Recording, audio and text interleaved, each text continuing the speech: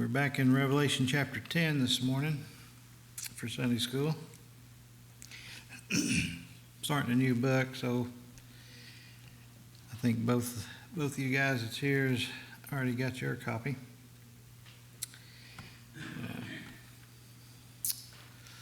But I guess before we get started, I need to ask for the Lord's help and guidance as we study His Word.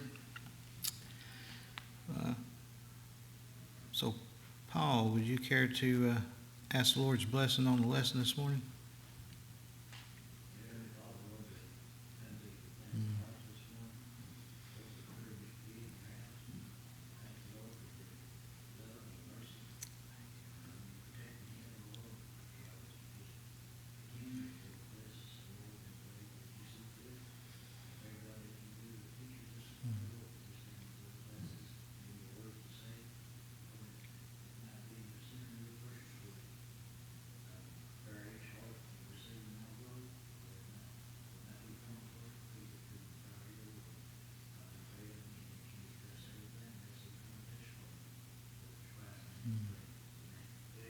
Amen. Thank you. All right. Now, as we saw when we were studying through these earlier in this book, in the book of Revelation, we went through the seven seals, but when we saw that the sixth seal brought us right up to the threshold of the return of Jesus Christ, and then there's a little timeout where, a little interlude, you might say, that where the Lord shows John how that 144,000 are being sealed and such. Now we've went through the first six trumpet judgments, and now chapter 10 is an interlude in between the sixth trumpet and the seventh trumpet. And we're going to see here that chapter 10 and first half of chapter 11 is the interlude, because the seventh trumpet doesn't sound until almost or a little over halfway through chapter 11. But we're going to see today that this brings us up right to the threshold of Christ's return again, because we're going to see, or John sees a mighty angel that comes down from heaven, and he's got a declaration to make. And this declaration is the fulfillment of all that the prophets, all that God had revealed to the prophets, that Christ would come back, He would set up the kingdom on this earth, He would rule and reign for 1,000 years, and God would establish His authority and sovereignty over the earth once again. So here as we get into the first verse, he says, "And I saw another mighty angel come down from heaven, clothed with a cloud, and a rainbow was upon his head, and his face was as it were the sun, and his feet as pillars of fire. And he had in his hand a little book open, and he set his right foot upon the sea, and his left foot on the earth." All right, so he sees another mighty angel, and that word "another," it means another of the same kind. Because some commentators think, this angel, the way he's described and everything, and I can see why they would see that. They think that this is Jesus Christ Himself, but the word "another" there means another of the same kind. Like John's been seeing and describing these other angels who are created beings. They're not Jesus Christ. And he sees another mighty angel, another one of the same kind, like similar to the other angels that he's been seeing. So that kind of leans where some commentators think it's Jesus Christ. The fact that he says it's another angel makes other commentators say, no, that can't be Jesus Christ. But this angel's not positively identified, so we don't know for sure. We're just having to guess, make educated guesses based on what we know about angels, the grammar of the Greek grammar of the sentence. And also notice he says, "I saw a mighty angel come down from heaven." He doesn't say go down, so this indicates to us that John's perspective, he's no longer looking from the perspective of heaven. Now he's looking at it from the perspective of earth. And so he sees the angel coming down to the earth. And so this angel's clothed with a cloud, and a rainbow is upon his head. The word for clothed means surrounded or wrapped. It doesn't mean that the angel was naked, and the only thing if the good wind blowed the cloud away, that he'd be standing there naked. He's wherever he went, this cloud is surrounding him, and it kind of speaks of the Shekinah glory of the Lord, although it's apparently not emanating from him like it does with the Lord. This, and as we're going to see here, the description, everything, while if he's not Jesus Christ, it kind of indicates that he has just come from the presence of God. Because if you remember when Moses, he spent some time with the Lord on Mount Sinai. Then when he come down off the mountain, his face was glowing because it was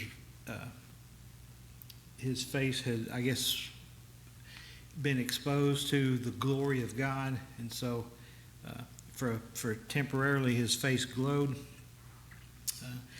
I'm suspecting that this angel, the same thing is happening. He's coming from the presence of God, and so he's carrying with him these things that reflect God's glory. So it says, he's clothed with a cloud, and a rainbow was on his head. That kind of speaks of back in the first chapter, or maybe it was the first chapter, I think, when John sees God sitting on his throne and he sees a rainbow around his head. Then it says his face were as it were the sun, and his feet as pillars of fire. I go back to Moses and his face glowing. It's apparently the same effect here. And his feet were pillars of fire. These are indications, that he's carrying with him God's glory. Then it says, and he had in his hand a little book open.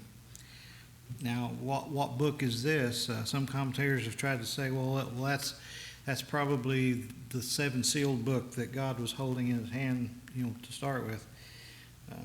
But that book, while it doesn't say it was a large book, it was written within and without, and it was sealed with seven seals, and so the implication is that it was a large book. This is a little book, which implies it had less writing in it, and it was already open. Of course, the ones that say, oh, well, that's the seven-sealed book, it's because Christ has already unsealed it and it's open. But I suspect this is a different book, and as we go through this chapter, we'll pick up clues that might help us identify what this book is and what's written in the book. And then it says, the angel set his right foot upon the sea and the left foot upon the earth.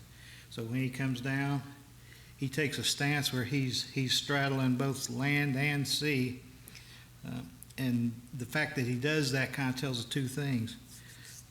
One, that whatever he's about to say, his declaration he's going to say in these next few verses, applies to the entire earth. It's not just for one set of people. It's like not just for the Jews, not just for the Gentiles, not for Americans or Russians or whoever. It applies equally to the entire earth. And secondly, it implies that, or it indicates God's sovereignty. This angel is speaking for God, and so when he sets his feet on the earth, he's straddling land and sea. He says it don't matter where you're at. If you're on the land or if you're on the sea, God is sovereign over all of the earth. So then verse 3, it says, and he cried with a loud voice, as when a lion roareth. And when he had cried, 7 thunders uttered their voices. And when the 7 thunders had uttered their voices, I was about to write, and I heard a voice from heaven saying unto me, seal up those things which the 7 thunders uttered, and write them not. So it says this angel said he cried with a loud voice, as when a lion roareth. It was just a loud roar, but it seems like, well, when the thunders, as we read here, and we'll get into it here in a second, when they uttered their voices, apparently John understood what they said because he was about to write it down. But when this angel cries with a loud voice, John makes no indication that he cried anything intelligible, that he said words or anything like that. And so my thinking is that that this is more like a victory triumph. Because that's his message when he makes his declaration, as we'll see here in a minute, that he's coming here and he's giving victory cry because God is victorious. God is on top. He's conquered. He's the conqueror, and he's basically maybe just giving like a victory cry, like when after a battle or something other, and all the soldiers going yay, they're celebrating the victory. That might be what this angel is doing.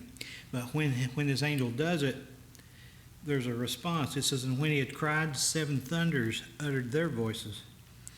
Now, we don't know. John doesn't go into detail to say, oh, well, they said the same thing all at once together, like in unison, or he doesn't say if they each one said a different thing and they said each one in its turn, one after the other. We really don't know. He just says 7 thunders uttered their voices. But then John, he's ready there, and he hears those voices, and he says, oh, I got to get this down. And so he starts to write, but then a voice, before we get to that, he says, I was about to write. Now, this one thing it does tell us, it tells us that John, instead of like seeing all this vision and everything, and then later on that day or tomorrow or whenever, he didn't just think, well, I better write this down, and he starts writing it from memory. It appears John is taking notes at the very least, if not writing everything that he sees, and as it happens. And so John, he's right there on the spot writing this stuff down.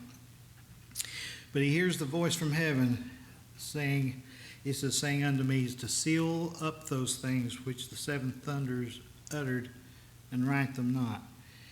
Well, it's going to be kind of pointless, I think, to try to speculate as to what the thunders said.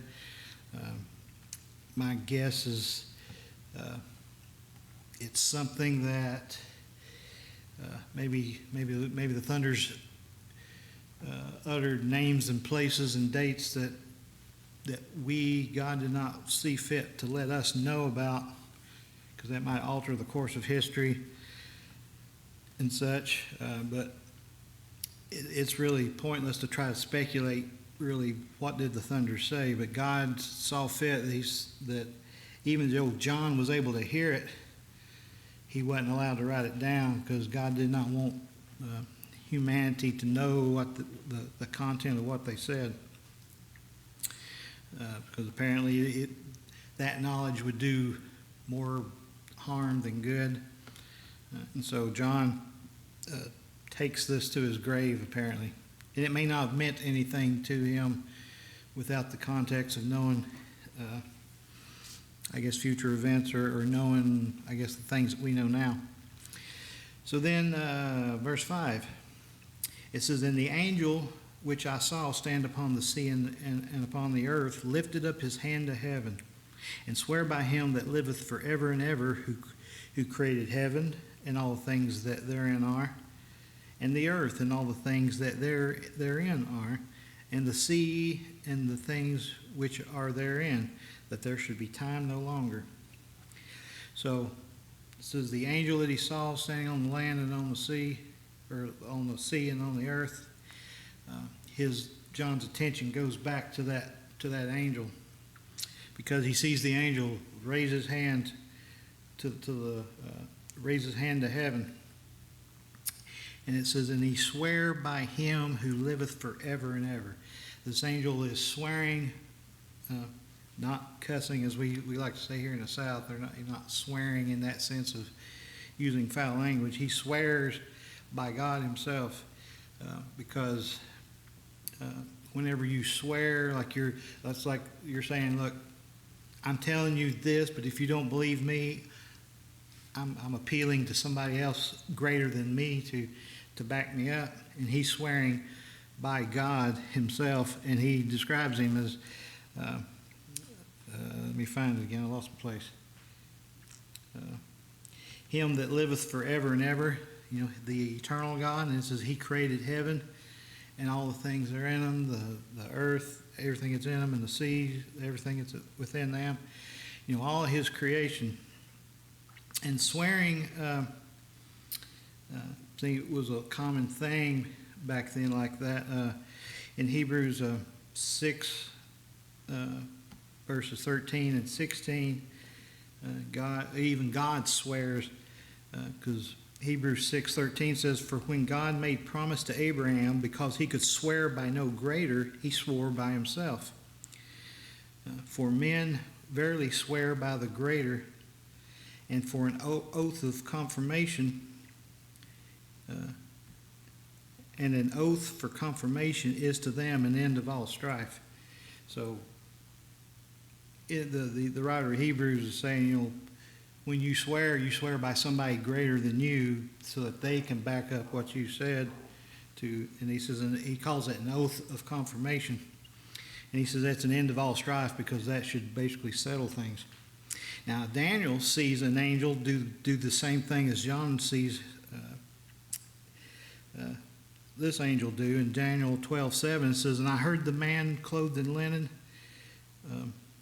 which was upon the waters of the river, and he held up his right hand and his left hand unto heaven, and swear by him who liveth forever, that it shall be for a time, times, and half a time, and a half.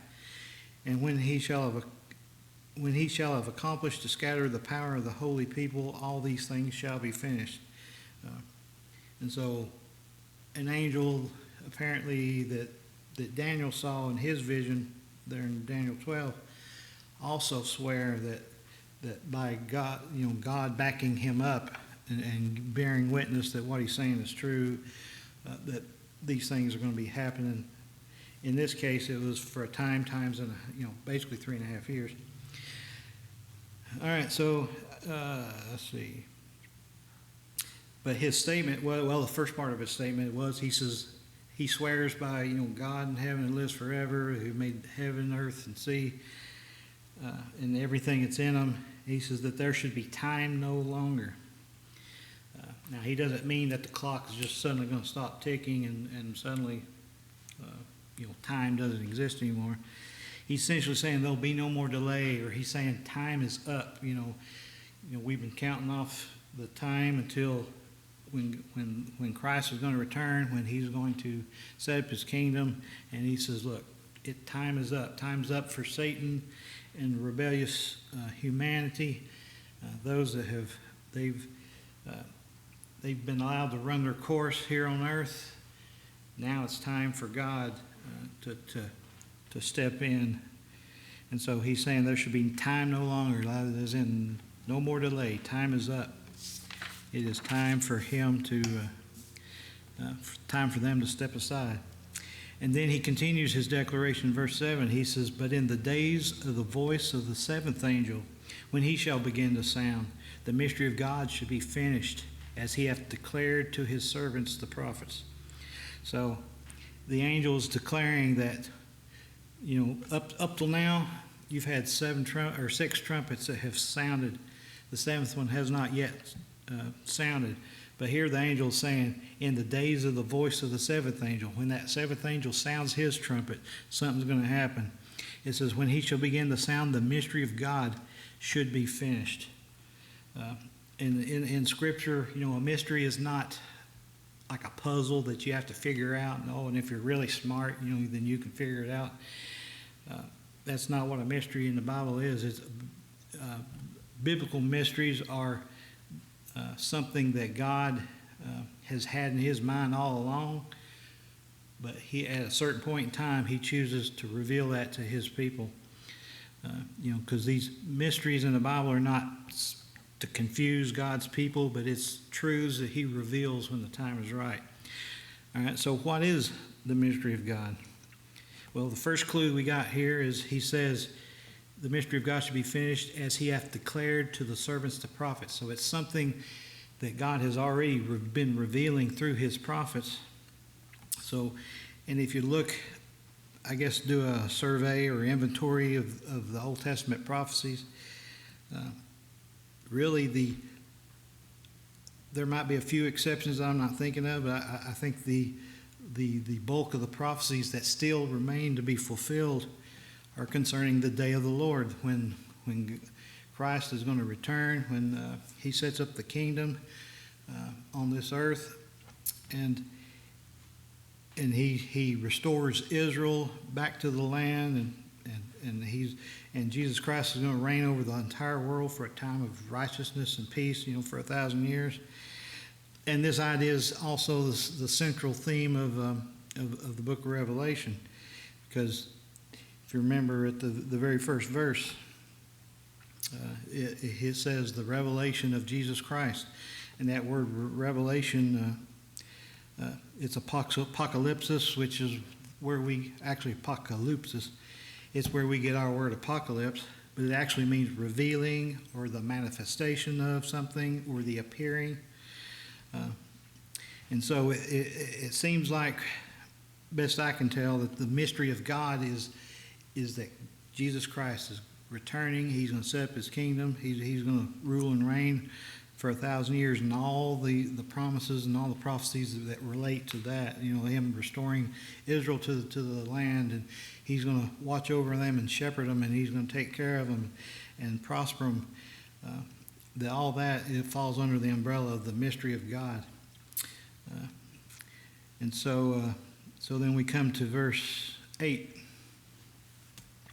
And it says, "The voice which I heard from heaven spake to me again, and said, Go and take the little book which is open in the hand of the angel which standeth upon the sea and upon the earth.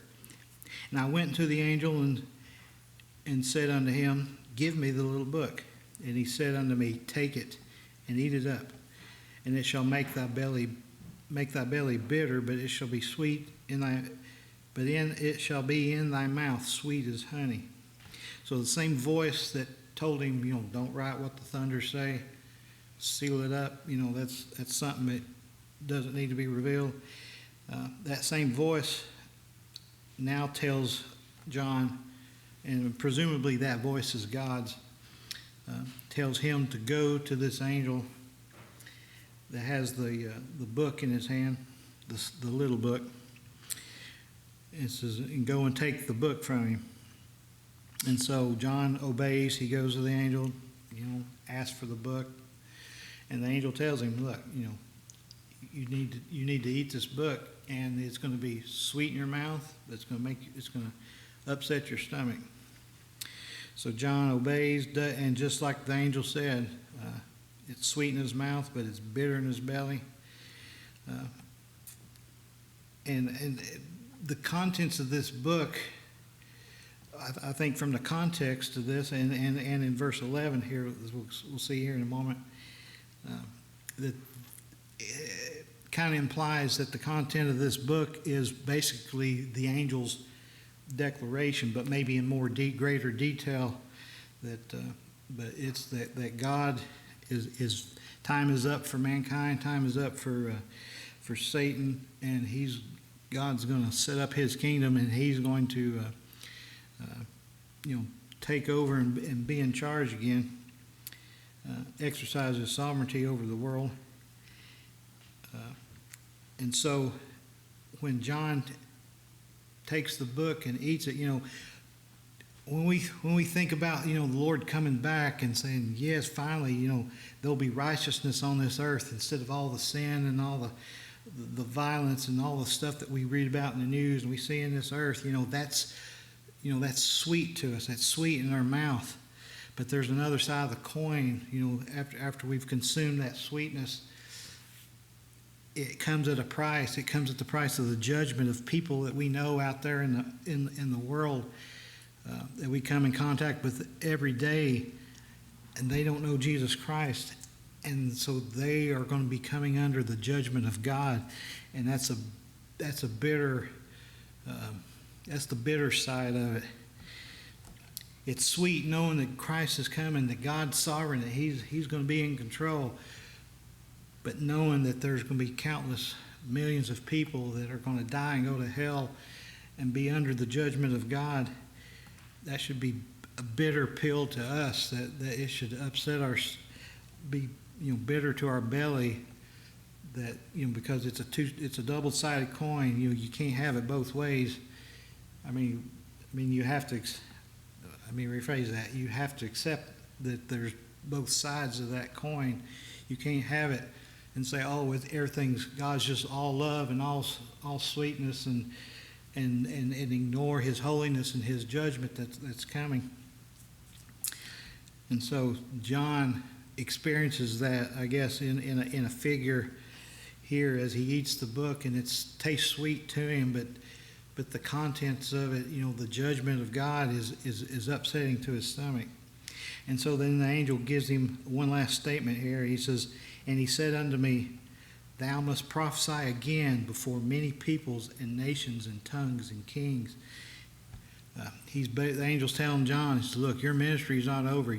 Right now you're exiled to Patmos, but your ministry's not over. You still got to preach, because and this message, the mystery of God, that God is coming back. He's coming to establish His kingdom, but there's judgment coming. It's coming with judgment because people need to repent of their sins and come to Jesus Christ." And so he says, "Look, you must prophesy again before many peoples, nations, tongues, and kings."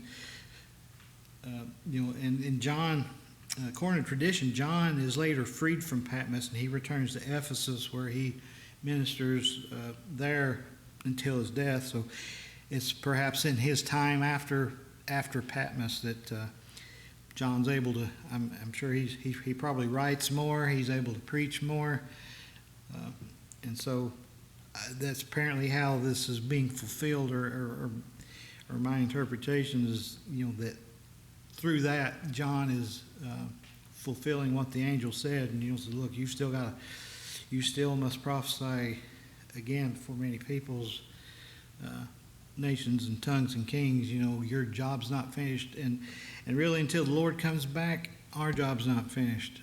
There's people out there that need to know that Jesus Christ is coming again. He's coming in judgment, but we can escape that judgment through His blood." We can either be under His grace and His love by accepting Him as Savior, or if we continue to rebel against Him,